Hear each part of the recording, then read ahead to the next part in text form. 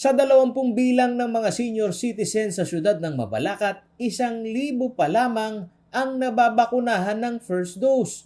Ibig sabihin, isa sa kada 20 nakatatanda pa lamang ang nakatanggap ng paunang proteksyon laban sa coronavirus. Kaya naman maging ang pribadong sektor, nakiisa na sa programa ng siyudad para mapabilis ang rollout ng bakuna. Nitong umaga ng Biyernes, May 21, hindi pelikula ang pinilahan dito sa Cinema 4 and Cinema 5 ng isang malaking mall sa Mabalacat City, kundi ang unang rollout ng bakuna ng mga senior citizen. Itinuturing ito na mega vaccination facility ng lungsod.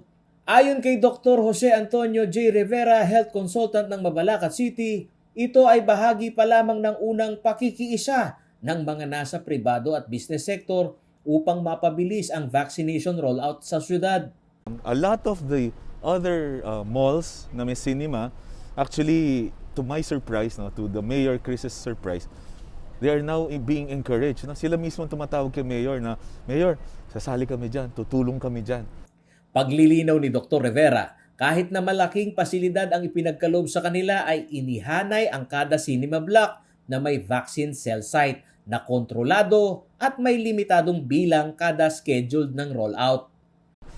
They always maintain maliliit, cellularized, not one big mega vaccination center. Masasabi mong mega vaccination center to dahil napakalaki. Can accommodate almost 1,000, no? But what we did is, ginawa nating cellularized per cinema.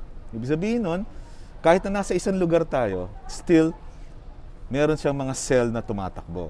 Ayon kay Rivera, isang paraan din umano ito na panghihikayat sa publiko na magpabakuna. Tanggalin ang reklamo sa problema ng pila at alinsangan na nararamdaman ng mga nagpapabakuna. At higit sa lahat ay ang accessibility nito sa mga public transportation.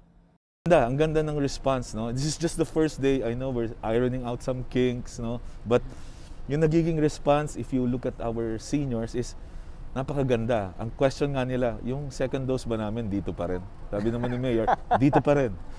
Sinikap ng CLTV News na alamin sa alkalde ng Mabalacat kung anong kapalit ang pagpapahiram ng pasilidad ng SM Mall. Sagot niya, libre raw itong ipinagamit sa lokal na pamahalaan. Wala tayong binabayaran sa SM, no? It is just a parang social responsibility na lang nila bilang malaking kumpanya, no? So, ang dito yung sila rin na nabigla rin ako nung sumulat ako sa kanila at hiningin ko yung tulong nila. Mabilis ang pagtugot nila. Sige po, Mayor. Sa pag-rollout ng bakuna na limitado pa rin sa bigay ng DOH, target ng City Health Office ng Mabalacat ang matapos ang tinatayang nasa 20,000 senior citizen na nasa A2 priority eligible group. Hanggat hindi natatapos ang A2 priority list, ay exempted sila sa mahigpit na restriction ng mall sa pagpapapasok sa mga senior citizen na ang sadya dapat ay para magpabakuna lamang.